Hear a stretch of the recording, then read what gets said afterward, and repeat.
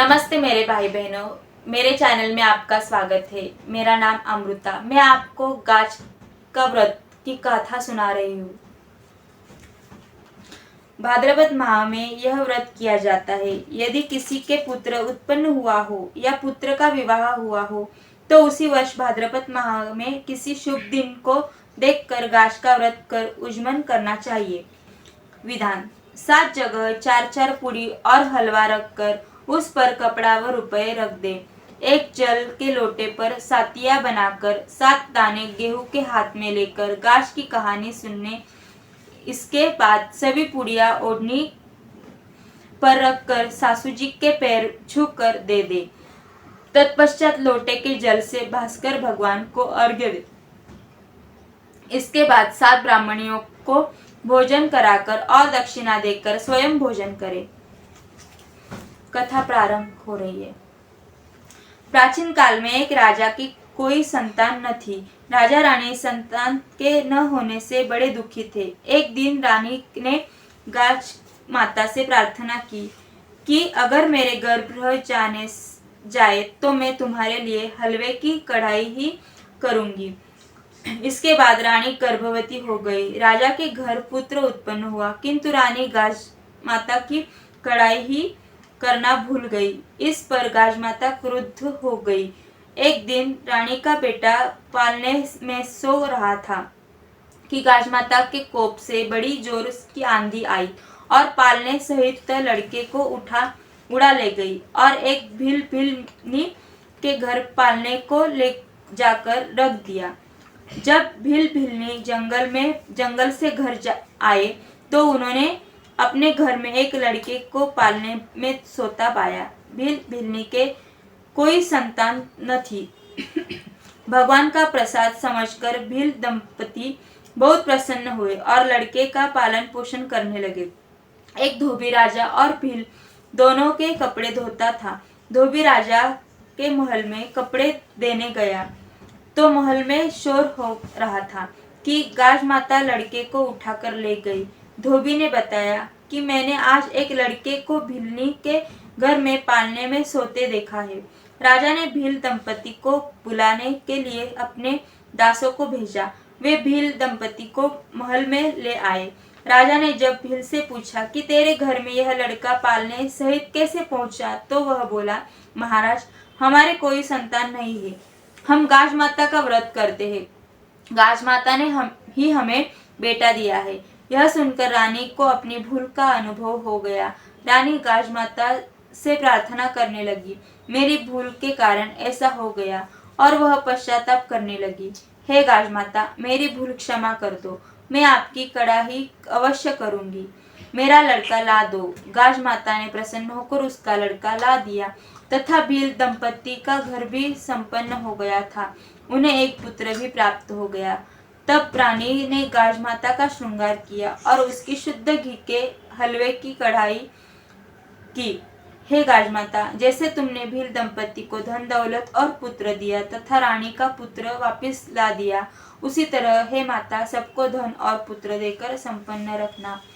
यह कथा समाप्त हुई। जय श्री कृष्ण। दोस्तों, अगर आपको यह वीडियो पसंद आया हो तो लाइक, शेयर और कमेंट करना ना भूलें। देखने के लिए धन्यवाद।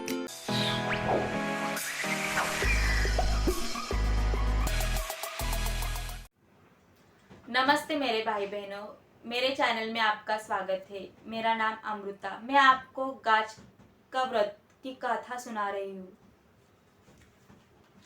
भाद्रपद माह में यह व्रत किया जाता है। यदि किसी के पुत्र उत्पन्न हुआ हो या पुत्र का विवाह हुआ हो तो उसी वर्ष भाद्रपद माह में किसी शुभ दिन को देखकर गाज का व्रत कर उज्मन करना चाहिए। विधान: 7 जगह 4-4 पूरी और हलवा रखकर उस पर कपड़ा व रुपए रख दे।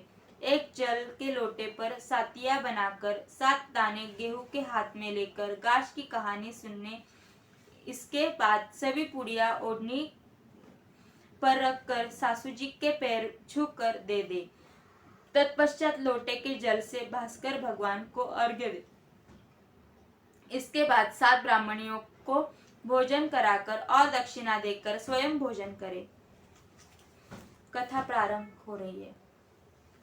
प्राचीन काल में एक राजा की कोई संतान न थी।